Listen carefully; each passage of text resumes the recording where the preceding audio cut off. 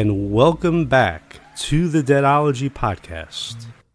From Pencil Hill Studio, New Paltz, New York, I'm your host, Howard Weiner. Today is June 15th, 2024. It's almost midnight, and that means tomorrow will be the 50th anniversary of the Grateful Dead's three-set extravaganza in Des Moines, Iowa, at the Iowa State Fairgrounds. On June 16th, 1974.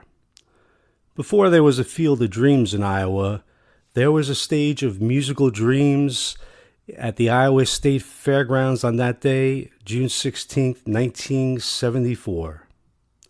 The Grateful Dead heard the calling, "Build it and they will come." So the Grateful Dead crew got to work, built the wall of sound at the Iowa State Fairgrounds, and Deadheads near and far arrived for that amazing show, unbelievable, 50 years ago. Such great technology, so far ahead of their time, the Grateful Dead. Joining me to discuss the show will be Doug Schmell. I think this is his 5th appearance on the podcast, and we pretty much cover everything with the show. There's audio highlights. So without further ado, let's go to my Zoom call a couple days ago with Doug. All right, my friends, it's time to bring legendary Grateful Dead taper Doug Schmell back to the Deadology Podcast for this special occasion. We're going to reminisce. Well, we weren't there, but we're going to pretend we were there. The Des Moines, Iowa show on the State Fairgrounds, June 16th, 1974. Doug, how are you doing, buddy? Hey, thanks, Howie. Thanks for having me on the show, man. I'm really excited about this show. Yeah, it's amazing. Doug sent me an email, and I told him I hadn't listened to it in a while from start to finish, and he said, "I envy you." and he turned out to be right, and I envy you folks who are going to be listening to it. You haven't listened to it in a while, man. It's such an incredible show. But before we go to Iowa, man, two questions for you. First, we lost amazing member of the Grateful Dead family, Bill Walton, a couple of weeks ago. Everybody knows about all the great things he did with the Grateful Dead, being their amazing ambassador, all that. But my question for you is, how great was Bill Walton in the NBA in 1977, 1978? Yeah, he was amazing. He almost single-handedly led the Portland Trailblazers over the Philadelphia 76ers for the World Championship. It was incredible. Dr. I didn't J like was your him. guy, right? What was that? Dr. J was your guy. Oh, yeah, Dr. J. Remember, they also had that other guy, McGinnis, I think, who was great. McGinnis, yeah. Yeah, who was great. The Sixers should have won, but Bill Walton had other ideas. He was great. I just remember making fun of him because I thought he was this hick, from Oregon, and I was like, I'm Bill Walton. I wasn't a Deadhead at the time. I was a 13-year-old fanboy rooting for Dr. J. But I learned to love the guy as years went on. I actually met him once at a Dead show. Oh, wow. I didn't even know that, man. Yeah, Dead show in Hartford. He was actually there with Bill Walt. He was there with Kevin McHale and Larry Bird. And because I spoke to him. And one thing I remember, he was just like I was so surprised. It was the second night of a 3-night run. And they ended the first set. Maybe it was the third night. They ended the first set with a "Don't Ease Me In," just like they had the night before. And he turned to me, he said, why don't, and I was like, Bill, you're right. They should have played Deal or something like that. And he laughed, but, or maybe it was Day Job. It was one of those songs back then that was like a throwaway ending of the first set. It wasn't Deal, wasn't Hot. It was a Jerry song because it came out of a Bob song. And we both looked at each other like, oh, man, not again, But it was funny. He was a great guy. I had to look up to him. He was a 7-footer. I had to look up. It was funny. He was a great guy, really friendly, really nice, Yeah, it's amazing. You must have told me a story. I totally forgot about that one, man. Oh, yeah. I would say this is 1986, 85 or 86, when he was with the Celtics. Yeah. He was incredible, man, and such a great basketball player. Like you learned the hard way. Your Sixers got beaten. My Lakers got destroyed.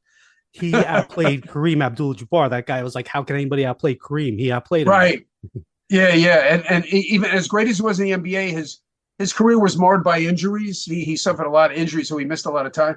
His run in the NCAA tournaments and is legendary. He's probably the greatest college basketball player who ever lived. Yeah, based upon the statistics and what he did. You know, 88 straight wins he was part Yeah. of that UCLA run. It's incredible. He's gonna be Incredible. missed by many worlds, Great man. guy. The sports world and the Grateful Dead world, Oh and yeah, Grateful Dead community. yeah. Yeah, live music, jam bands, absolutely. All right, one Great more guy. question before we get to the '74 Iowa. I'm going to preface it by saying that if I were on my deathbed and somebody said, "Do you have any regrets?" I would say my biggest regret is in 1982 when I was in Alpine, not going to Iowa the next night. Oh yeah, we were at the show together, but Why we didn't we didn't go? know. We didn't Howie, know. we didn't understand the concept of a tour. We just knew that they were playing in Alpine Valley for 2 nights, and we were like, "This could be great. Let's go to Alpine Valley." Sure enough, right? They were playing in Iowa. What? 2 nights later? Yeah, the Two 10th. nights later, I think. Yeah, we could have went to that easily, but And it we was didn't such know. a killer show. I think that's the last time they played Iowa. Was Oh that yeah, that show. was a great show. Remember, they were coming from like Kansas City. It was a great tour, but we didn't know. We were just kids. I was 19. I was Yeah. 19 at the time. I didn't know. I just knew that they were playing in Alpine Valley, a great Hey, venue. yeah, Let's go. You that was a know, huge step but for us, man. But if we knew, we would have taken it one step further and been at that Iowa absolutely show. never saw them in Iowa. You know, it's funny. I want to preface the show. This is a 3 set show. And it's funny, I forgot that when I started listening to it. So it's a good 3.5, maybe longer show.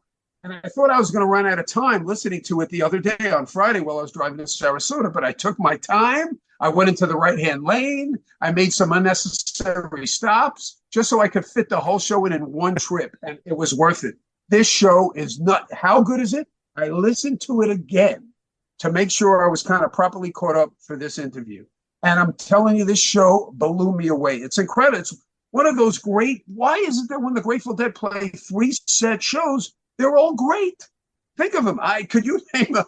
You got Folsom Field, 9372 in Colorado. You got Veneta, 82772. You've got that unbelievable show from Dusseldorf as a 3 set show. You got 513, the Iowa show from 73. You got Santa Barbara, 52073. 526, 73 Kezar Stadium, Yeah. 610, 73 RFK Stadium with the That's Allman a Brothers. beauty. All these shows are phenomenal 3 set shows. It's unbelievable. It seems like the Dead just really took to it when they knew they had a relaxed atmosphere. They weren't pressed for time. They were in the moment, as I've said before, and they just killed it. This show is special, special. Yeah, yeah, let's jump right in, man, because there's a lot of music here to discuss. So you got the wall of sound out there. What an experience for the band, the fans. We can't even imagine it. You could try to imagine it, but just being out there with the wall of sound, it's risk and reward. It was mostly reward, but the risk is at the beginning of shows, sometimes it took them a little while to get it tuned exactly right, and they would have to sacrifice a couple songs up front. I think that's what happened here. Yeah, absolutely. The Bertha's got some problems in the beginning. You know, there's other shows. You know, it's funny when they released that box set a couple of years ago from the Pacific Northwest. There's 3 unbelievable shows from 74. 517 Vancouver, 519 Portland, Maine with that unbelievable Truckin and that Truckin jam, and 521 from Seattle with that 47-minute playing in the band. So second set. I laugh about that because it's just incredible. Those shows suffer the same problem. It's unbelievable. You got dropouts in their voices during some of the songs, but by the middle of the first set, that all the kinks are ironed out, and the music just is incredible. It's the best sounding shows they've ever had in their careers, and they just flow. You know, so I don't mind listening to a couple of songs with a couple of dropouts, maybe some technical problems for a little while, because then you're going to be rewarded. And you're right, there's some risk, but mostly reward. Yeah, this show is no exception. The reward starts song 5 here. So you got a Bertha, Mexicali. Road Jimmy's pretty good. Howie, that's where you are wrong. The Road Jimmy is phenomenal. I listened to it twice. It's not the longest one, but Jerry just hit some unbelievable notes that I really haven't heard in any other Road Jimmys. They're beautiful. I'm sitting in the car listening to this. I'm waiting for him to maybe do another round of the solo, but he didn't. You know, back then they didn't. But it's gorgeous. You know what else is gorgeous?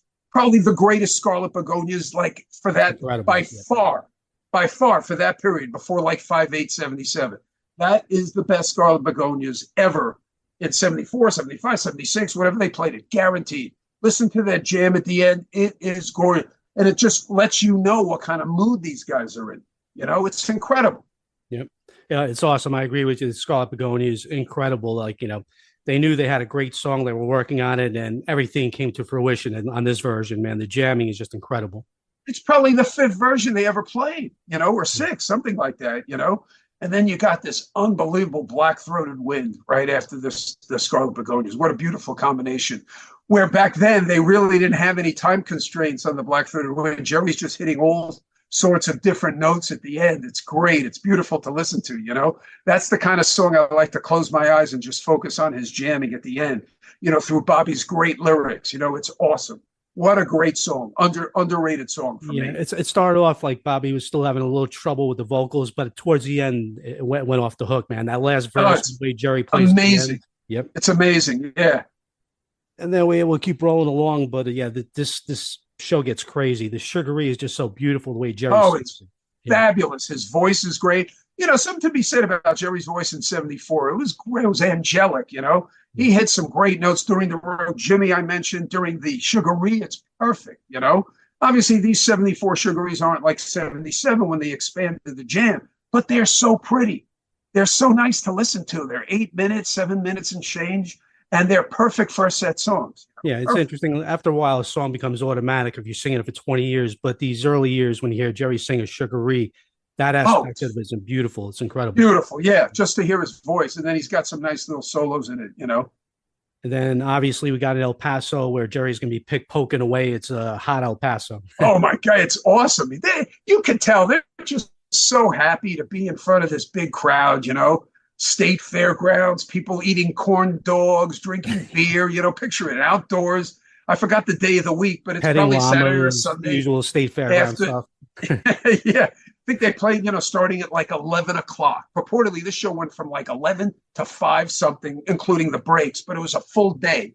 I mean, come on, you can take your children to this kind of show. How awesome would it have been to have been at this concert, Unreal. But hey, we've got the recording and we could live vicariously through it, and that's all you could ask for. Yeah, so we got El Paso's hot, and then we move on to Must Have Been the Roses. Once again, beautiful singing. The first couple of times the song wasn't done that great. This one is perfect, man. Just the singing. Oh yeah. This one is kind of like the Scarlet Begonias. It kind of went out on its own, and this version, I believe, I've heard a couple of others. I mentioned that box set. They played one probably in Vancouver on 5/17 just a month before. They probably played it in Portland. I forgot, but I think they did. And they were good, but not great. This version is great. The singing's great. The heartfelt, let my eyes no longer.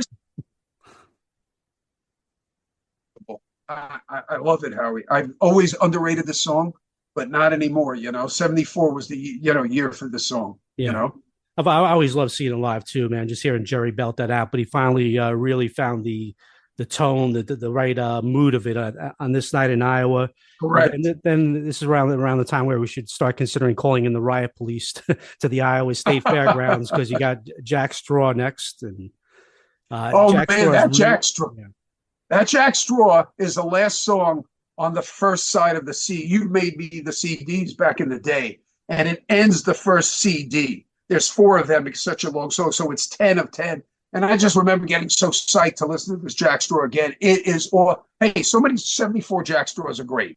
Look at Roosevelt Stadium, 8/6/74. That's an unbelievable. Those 74 Jack Straws is when this song made a quantum leap. And the jamming in this is just phenomenal. It's ferocious. Great notes, Great I also notes. love the one from Philly right before Roosevelt Stadium. That Jack Straw. 8/5 probably, or 8. Yeah, one of those. It was on Dick's pick, so I didn't know which exact date it was. Exactly, one of those nights. Yeah, phenomenal. Smoking, yeah. So you can just tell Jack Straw's ready to take that leap and become the great song we relished as an opener. These Jack Straws are so nice and compact. Yeah. They're maybe 6 minutes. They're fabulous. The singing's great. Jerry's into it. You got Bob's voice also is great. They're engaged in it. And I just love the little pecking and poking during the lyrics, too. You hear Bobby singing, and Jerry's in the background doing his thing. It's beautiful. Kind of reminds me of El Paso in a way, when he's just hitting great notes while you're not even listening, because you're listening to Bob's voice and you're trying to, sing along with the song. And there's Jerry in the background doing his thing. It's beautiful. Yeah. And it sets up Yeah, I was I just was going to gonna say say the it's two songs that are similar. You got the Jack Straw and Black Throat of Wind. Black Throat of Wind kind of was never really took a leap forward, where Jack Straw was growing and growing every show every year. exactly. You know, so that's why Oh they yeah, kept no, that. Yeah, right. Black Throated Wind hit its peak about yeah. right now. Jack Straw was just about to start hitting its peak, you know, and boy did it. And Jack Straw just sets up for the end of the set, and boy, what an unbelievable ending to this first set. And one thing you said before I let you take over that part. So this is where disc one ends. It used to be a four CD thing. I always Correct. listened to 6/16/74 disc two. I listened to that over and over again. I never really took in the whole show. I just fixated on that one disc because it's one of the greatest discs. That 80 Oh minutes of yeah, music. it only Yeah. starts with a China Cat rider, and I'm sure you wanted to talk about this. And I heard it twice. I heard it last Friday driving to Sarasota. I also heard it yesterday driving back from lunch because I knew you were going to be interviewing me. And I'm telling you, Howie, it gets better with every listen. Yeah. There's things that I didn't even notice he does, like the jam. The outro jam is phenomenal. He takes his time, and then I guess it's called a feeling groovy jam, or that some people like to call that. You know, the between that and the rider, it's the best one I've ever heard. He's Yeah. just going nuts. This is the type of song you can easily turn on to a knowledgeable music person who doesn't like the Grateful Dead, who may like the Allman Brothers. He likes Van Halen. He likes Pink Floyd. You can turn him onto this, and he'll get it. And now for something completely different. Let's enjoy a juicy chunk of the China Cat from Iowa State Fairgrounds 74.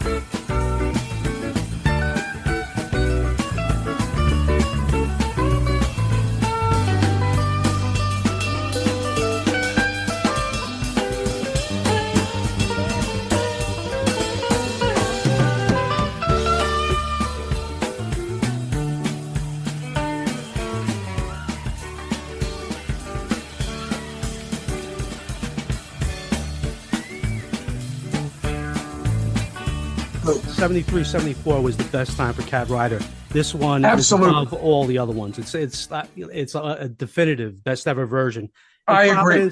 Providence, you get the long intro, which is incredible. No, no, I like the Providence Yeah. one, but I like this one better. I even may like the one from San Diego is phenomenal. 11/14/73. Oh my God, that's phenomenal. There's one from Springfield, 3/28/73. they're so incredible starting at 73, and then they really stretched out that Feeling Groovy jam. It's amazing. China Cat became an 8.5, almost 9 minute song. This Yeah, one's and like 10 minutes.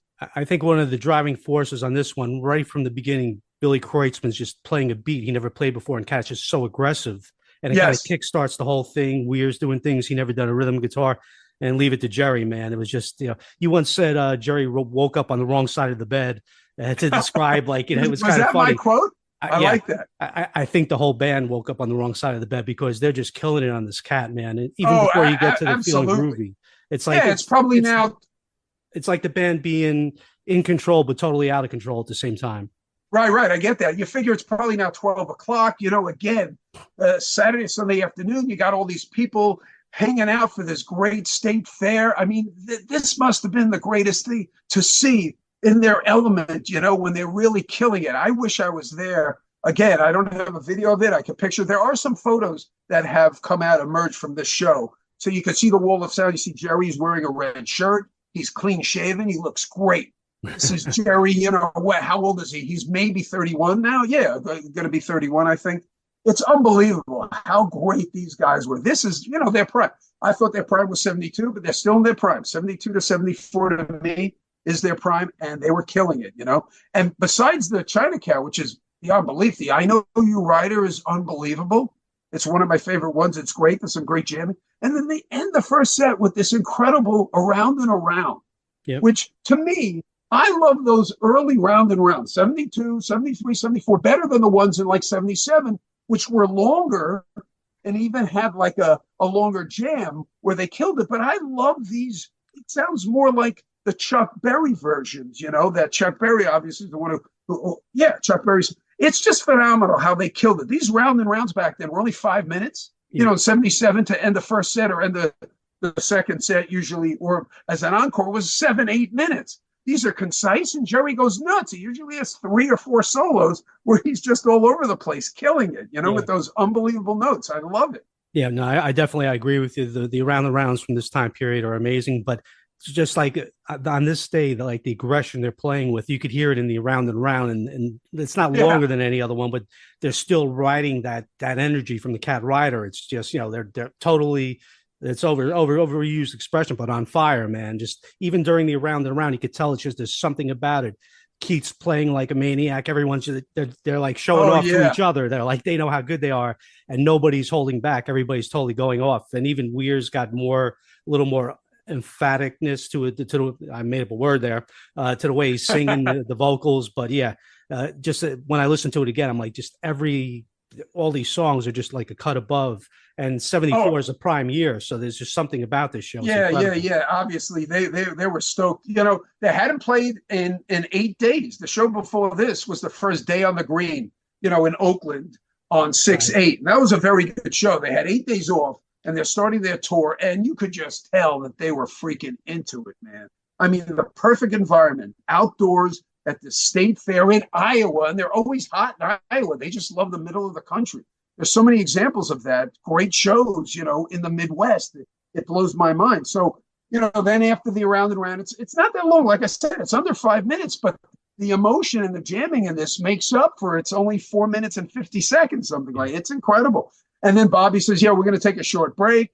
We'll be back in a few minutes. You figure that's the end of the first set, 1 of 2, but no. And then they go into an unbelievable second set, Howie. I'll let you start it off. All right. So yeah, we open up with US Blues. Great as a second set opener, man. Oh, it's amazing. During this tour, like I mentioned, when they started in Vancouver and also in Portland, they opened the show, a lot of these shows early in 74 with US Blues. So that was a set opener. Now it's a second set opener, and I like the placement there. Sometimes it was an encore too. But I love second set to open up with the US Blues. It gets everybody jumping. The mood is right. And then Bob takes over. We get The Race Is On, and wow, I love this song of the country cowboy Bob Weir numbers. This one might be my favorite. The Race Is On? Yeah, The Race Is On. I love it. It's a great, I love the lyrics. Obviously, they didn't write it, but I just love the lyrics to it. I always sing along with it. I feel tears rolling out from them deep inside, like my heart's got a big break. It's great. It's about being blown off, I think, by a woman, and those emotions dealing with, having been, I really blown off, from Yeah. in a relationship, and some of the feelings and emotions you have from it. But it's great, and Yeah, it's liking it to a horse race. You know yeah, what I'm saying? the great George Jones song, and it's interesting that they played it here and they didn't save it for Louisville, where the Kentucky Right. Two Derby. nights later, right, the Yeah, home of the Kentucky Derby. it'll be Yeah, their yeah. next stop, and that's a hell of a show. Obviously, the Louisville show. Now So, yeah, I was going to beautiful. say they set it up perfectly. You got Jerry to open up with the U.S. Blues, Bobby with the races on, and then what are they going to do? Back in the day, if I was at the show, what are they going to do? I never would have guessed Eyes of the World. It's incredible. Back then, the placement of some of the Eyes of the World, it, to me, just blows my mind. 2 nights later, they did it a standalone in the first set Yep, in there was a lot of Louisville. first set eyes. Yeah, Yeah, it's just phenomenal. They did in the first set at that phenomenal show that I mentioned before from Roosevelt Stadium, 8-6-74. But here it's in the second set, middle of the second set. And it's really, I love this Eyes of the World. It's almost 19 minutes. There's four separate like parts to it. It's just incredible. I've listened to it, like I said, twice now because I heard the full show twice. And each time I listened to it, it got better. yeah, I There's agree things in with it that that. I didn't, hear the first time. It's just unbelievable. The flow of this, I like Jerry's voice in it. There's no mistakes, he doesn't flub the words. And there's the Stronger Than Dirt, you want to call it, that jam at the end is great. And then they start going into something, and you're like, wow, they don't want to stop, and you can tell. And sure enough, they're going into another song, right? It just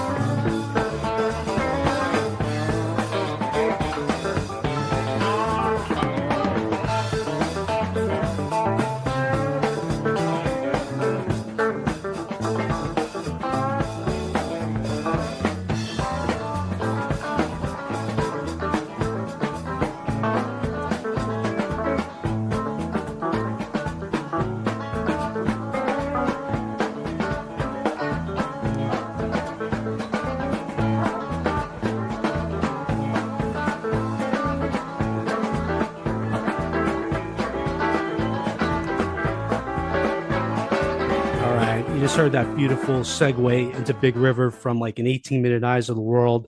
My thought on that Eyes is great. I kind of overlooked it. I realize that now that I've listened to listened to this again. I listened to it three times, twice yesterday, once today. Awesome Eyes, great first solo between the verses, Oh, it's and beautiful. just awesomely done. And then you get that segue. I think that's the first time anything's ever been segued into Big River. So just very creative thinking right there. Just bringing it into Big River. Yeah, yeah, yeah. I don't believe this was something they planned. Again, it's just they're in Iowa. The Big River was definitely a song they've been playing almost every show in this early part of the 1974. They're only again maybe seven. Well, on this tour, this is the first show, but they started in February, so this might be the 11th, 12th show of the year, something like that, or 10th. There hasn't been that many shows up to this point. Big River became a big part of their repertoire, but they never, ever jammed into a Big River. It just started as a standalone song. But this is really creative for them, it's amazing. And then after the Big River's hot, there's like 4 rounds of the jam at the end. I love it. Let's do it again. It's phenomenally hot. It's totally joyful, man. It's Garcia hits that last solo so nicely, man. Oh, it's great. It's one of the better ones, man. There's a great one. I mentioned that show from Vancouver. Oh my God, 5/17/74. You guys out there, if you like a Big River, listen to that one. It's probably the best ever. I kid you not. It's phenomenal. First set, standalone, and Jerry nails it. This one's up there. This one's top 5. And then after the Big River, Howie, it's like, what are they going to do next? They probably could have stopped there because they played now for a good, 40 minutes, whatever it is, close to that, in the second set. But they do a 30-minute, a half hour playing in the band to end the second set. Just phenomenal. I love this playing in the band. I purposely listened to this last night. It's funny. 3 separate times I listened to the show. Driving to Sarasota, yesterday in the car driving back from lunch, and then to finish off this part of the second set because the playing the band was too long, I couldn't listen to it. I walked around the neighborhood purposely to listen to that playing the band again on my headphones, and it's phenomenal. It's long, it's very spacey, it's got a tiger jam. How many playing the bands have a tiger jam? There's a tiger jam for a few minutes in there where Jerry's hitting notes that you would expect to hear in an Other One or a Dark Star. It's phenomenal. And they're just going off. It's great. Everybody's got their own little thing going on. Keith's on his organ. Bobby's doing his thing. Phil's out there with the bass. It's great. That's one of the beautiful things of the Wall sound. You could really hear the layers of music, what everyone's doing. Right. And you could tell they were feeding off each other with that. So, the play in the band was pretty awesome. Some of the 74s. It's different. It's very different. 74 ones got out there a little bit for me. This one. I was just going to say it's very spacey. It's not as structured in the sense that it's a linear jam. It's all over the place. But I love the fact that they had time for the tiger somewhere in the middle. Yeah. Because I love a nice tiger jam, and it's great. It really is. Especially you don't hear it. Maybe how many times have they done it in the playing in the band? I don't know if they've had ever done that before. It's great. Yeah, it's awesome. And Keith follows with a great jazzy little section. He's got the Fender Rhodes going. And yes. His organ sound is definitely different during this playing in the band. I don't know. It was the instruments, or they're playing outdoors, in the sun, and maybe it was out of tune, but it sounds very different, and it's very haunting. It's to me, I like it. And I don't know if it definitely feels like they're playing for the Philly Spectrum or something. It's hard to believe almost that it's like an outdoor Iowa show because they got like that type of energy and intensity going. Correct. Whether it's a playing in the band or what. This second set, we already got 2 major jams: the playing and the Eyes into the River. It's ridiculous. And if you consider, like you mentioned, on the disc, now the playing the band didn't make it on the disc, but you love disc too. It has the China Rider, the Around and Around, and then you get the Eyes of the World to Big River. What a great disc, right? Just to have, awesome, if you were like stuck on a desert island, right? So that ends the second set. And I just want to mention, Bobby just does his typical, a spiel that he would normally do, similar he did at the end of the first set. We're going to take a short break. We'll be back in a few minutes, so everybody hang loose. No, we're going to come back and play some more. This is the end of set 2. There was nothing it was just business as usual. I can't explain it. If I was there, holy shit, they're going to play another set, I would have been going nuts, Yeah, I definitely, man. Yeah. You mentioned in your book, in the dates of in Grateful Dead history, you do a nice review of the show. You said if they ended the show with just these two sets, and it would have been a phenomenal show, a great show, And they have the balls to come back with a third set. I mean, where did they get the chutzpah, Howie? Yeah, no, it was, That's yeah, that's my and question. nobody could expect it. Like you said, it's people were going to the shows and they didn't have the expectations. They were just all of a sudden the Grateful Dead were just giving them 4 hours of the greatest music. You Right, coming in expecting 2 hours. It's not like a Springsteen right. show where you're getting 4 or 5 hours or something. So yeah, Exactly. You live in Des Moines. You find out that the Grateful Dead are coming. Hey, honey, you want to go see the Grateful Dead? They're a good rock band. I heard about them. Steve knows them. Steve likes them. Let's go. And then you see a 5 hour concert, 3 sets where they play music for close to 4 hours. It's just ridiculous. This could change your fucking life. This, yeah, yeah, your it mind's changed some blown. lives. I'm sure that day Right. changed some lives for If sure. you're into music like we are, and you were at this show, just a local going to see them on a Saturday, Sunday afternoon, whatever it was, it just blows your mind. It's funny. I can tell you the day of the week right here because I have it. It's just funny. I always because I doubt this was a weekday, playing a fair, the which they did the year before here. It was a Sunday. I was right. Nice. So Sunday afternoon, you got maybe your kids in tow. You got the families Sunday together. At the fairgrounds. We got a song right there, man. Could you imagine how awesome that would have been? It blows my mind to think about. And they not only did they match the scene with the music, they overdid it. The 3 sets and one of the greatest shows you'll ever hear. And then there was a great migration when they started the third set. People from Iowa moving to Tennessee as they opened the third set with the hot Tennessee Jed. Which it's a great Tennessee Jed with this funky jam at the end. It's not one of the best ones. There's a amazing one from Portland, 5/19/74 is mind blowing. You got to listen to that one. And also I think there's one from Missoula. Missoula's the show 5/14, like the second show when they started in May. So I think the first show was in Vegas or something, 5/12, and then they go 5/14. Missoula, that starts the tour. But I'll tell you, you can tell right away that they had some nice structured set lists because they would always play Tennessee Jed or Big River, at least for sets, and I loved it. This Tennessee Jed is funky. It's different. It's a slower sounding jam, but I love it. It's not as ferocious as the ones from Europe 72, but it's laid back and he hits some great notes, And what a great third set opener. Yep. What a way to open up a set. It's like they're doing a whole nother first set. It's like show 2 is now. It's just like exactly. a late show. So and Tennessee Jed, Uncle. You got 4 standalone songs, and they're all great. The Me and My Uncle's ferocious. I heard that yesterday with the headphones on after the playing in the band. I heard playing the band, the Tennessee Jed, and the Me and My Uncle. They're great. Sound better with the headphones. This Me and My Uncle's great. Jerry's really hitting some great notes, galloping along. Alongside Bobby's lyrics. The thing that blew me away, and we got about 5 minutes, close to 6 minutes left. The deal is freaking hot for a. Oh my God! I heard the deal this morning. So after the Me and My Uncle, I left the deal to the rest of the show to listen to. I took another walk this morning, so I'd be fresh. That deal, 3 rounds. Jerry, back in the day, it would be 2 rounds, and then back to the lyrics. 3 rounds of the jam, and they're phenomenal. What a great deal. I was laughing as I was listening to it. It's incredible. Like Keith's got the Fender Rhodes going. And Keith's banging away. It's phenomenal. It's a standout. It definitely unusual for deals from this period. I agree. That's a standout deal. The greatest story ever told. You mentioned in your book you love this version. It is phenomenal, especially the way Jerry just keeps jamming as Bobby comes back with the lyrics at the end.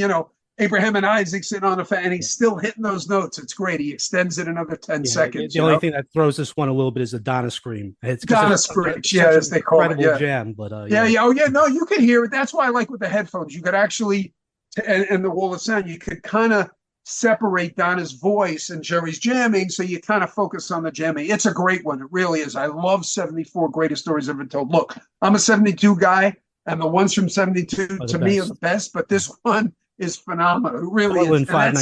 5/19/74 is pretty good. That one from Portland is great. 5/19/74. Oh, it's great. It's phenomenal. It's phenomenal. Oh, yeah, that's one of the best ones. Then you got the Ship of Fools, which, Ship of Fools to me was always a throwaway song, but I love these 74 Ship of Fools. Beautiful. I listened to this placed, one. Yeah. Oh yeah, I love the jam, the short jam, and I love Jerry's voice in it. It's great. It should not be an overlooked song because it's a Yeah. great song. Of the new songs, that one was he had it perfect. Like almost from the beginning, Ship of Fools. This is a great version, definitely. Oh, I agree. And that sets up the ending jam. And I'll tell you, Howie, I don't I even know think how to I had talk about mentioned it this. to you that I guess they call it a nobody's jam because it's nobody's fault but mine, but there's no lyrics. This, to me, is the best jam of the night. As great as the China Cat jam, as great as the Eyes of the World, as great as the playing of the band, there's some great jams in this show. That friggin' trucking into nobody's jam just freaking blows my mind. It's It's insane. phenomenal. I, You I know, I hadn't heard it in so long. It's the best jam of the night. We I could, told you, I except knew it was going to blow you away because you except haven't for heard it in maybe a the while. China Cat. The China The Cat's China shorter, Cat's but unbelievable, yeah, but it's short. This Nobody's Jam is almost 13 minutes, and Jerry's hitting insane. all these Yeah. kind of incredible notes. It's all Jerry. Hey, And it's let's get funny. right back to this. I'm just going to play a little clip of it. Oh, yeah, please. But don't die, folks. Don't listen to me. Good advice.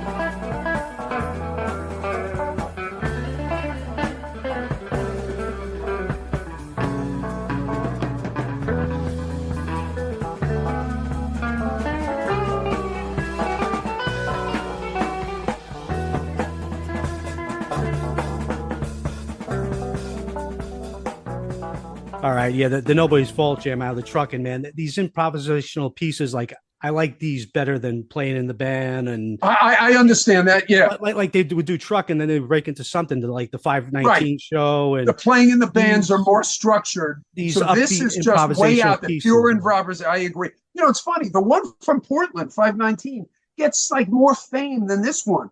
And in your book, you called it one of the best Truckins. It is. The jam after Truckin is just phenomenal. Yeah, But this, nobody's jam. best. Jerry goes in so many different directions. It's incredible. How does he think of this shit? Yeah, And it's 13 minutes and never gets boring. This is another thing that I thought of that you can turn onto a very, knowledgeable music fan who doesn't know the Grateful Dead. Because I think he will get it. His jamming in this is superb. It's a unbelievable. little bit of everything is in there. You got a little Slipknot, a little King Solomon's Marbles, a little Yes. Caution, a little Hava Nagila, a little everything in there, man. It's it just, Yeah. but it all goes together like it was orchestrated beforehand. Obviously, Correct, it but wasn't. it's improvisation. Yeah, Truckin was the launching vehicle back in '74, where the other one in Dark Star used to be in '72 and '73. Truckin became that song, and I love it because this is phenomenal. Yep. And then, When you I hear mean, this when you nobody's it's not just how you, but when you hear Truckin's playing and you're a Dead fan, you really knew your stuff back then. That's where your celebration would break out. You'd be hugging and kissing because the jam exactly that follows is insane. exactly. And then Truckin, if you saw it in '71, it would open up the show. It was good. It was a great song. Truckin as always is, but it would be 7-8 minutes. But these Truckins, they go for 9-10 minutes and then they launch into something. And You get the for best me, jam of the this is night the best usually. thing they ever gone into from a Truckin. It is phenomenal. I can't stress enough, guys listening out there. You've got to check out that Truckin' Nobody's Jam. And it doesn't stop there. It goes into a beautiful wharf rat. And the wharf rats, for the time period, it's pretty, I guess, apropos 9 minutes or so, a nice mellow jam at the end. It's not the hottest wharf rat ever, but a difference with this wharf rat that they stop. They don't go into something else. There's a going down the road next, but they don't go into it. They actually stop for 30 seconds to collect their bearings, to probably just say, what the fuck did we just Where do? are we? What happened? Yeah. Where are we? Truckin', Nobody's Jam Wharf Rat. That is the jam of the day and one of the greatest jams you will ever hear. I mean, a song. I think when you emailed me or texted me and I said, Howie, check out the jams in this show, because I had just heard it when you contacted me the day before, that Friday. And I was like laughing. There are so many great jams, separate jams, identifiable in this show that blows your mind. And the Truckin' Nobody's Wharf Rat Jam is, to me, the best one of the show. It's It's funny. that The good. going down the road is almost. I found it to be just okay. I mean, it was great to hear. Oh, it's Yeah. not that hot. It's a very mellow jam at the end. He doesn't take off. He does take off, I believe, in Portland. Hey, That Portland show has got a we have less phenomenal. than 1 minute. I think we should dedicate this last minute to Casey Jones because it's Oh, the I think the Casey best one Jones I is ever heard. phenomenal. Hey, Howie, I love Casey Jones. This one has 9 rounds before the chorus at the end. It's great. I love the '74 Casey Jones. They're a little slower than '72. I love the way they bang out. The solo's great, but I love the way with Keith on the piano. Listen to Keith on that organ. And that last drive in that train, hi, Uncle, he goes nuts. It's beautiful. I wish they did one more round to make it an even 10. But for the most part, 9 was the max back then. It just closes a perfect show. Even Jerry recognizes Keith's work. He did like a little riff to like say, listen to Keith, man. Just like he exactly. It's what a phenomenal show, ending it in style with a great Casey Jones. I love the show. This is the top. I love this show too, Doug. Thanks for joining us on the podcast. Our Zoom call ran out right at that point. June 16th, besides the Iowa show, it's also a revered date in Jerry Garcia band mythology. The podcast last week paid tribute to Music Mountain on the June 16th, 1982 show. Definitely one worth checking out. That's season 2, episode 22, the Music Mountain show. Yeah, June 16th was one of the 33 essential dates I selected for my book, Deadology. And also June 16th, another kind of iconic show would be that Berkeley Theater show from 1985, where the Grateful Dead broke out cryptical envelopments for the first time in 13 years. and quite a awesome other one in that cryptical. So that's June 16th. My Deadology 33 Essential Books and 10 other of my books are available on tangledupintunes.com or Amazon. You just look up Howard F. Weiner and find all my books there. Next week, another cool show coming up. These anniversaries, unbelievable. 40 years ago, we got the Harrisburg show from June 23rd, 1984. And also Saratoga, June 24th, 1984. I'm looking forward to digging into these shows because I think the summer tour of 84 are very underrated. Some really great playing, creative set lists, and great road trip experiences, which I'll get into next week. And hey, if anyone out there has any suggestions for future shows, things you'd like to hear on the Deadology podcast, you could email me, catfishgarcia82@yahoo.com, or we have a Deadology Facebook page, just called the Deadology Podcast Facebook group. Love to hear from you. So thanks for listening once again, and appreciate y'all. Peace out.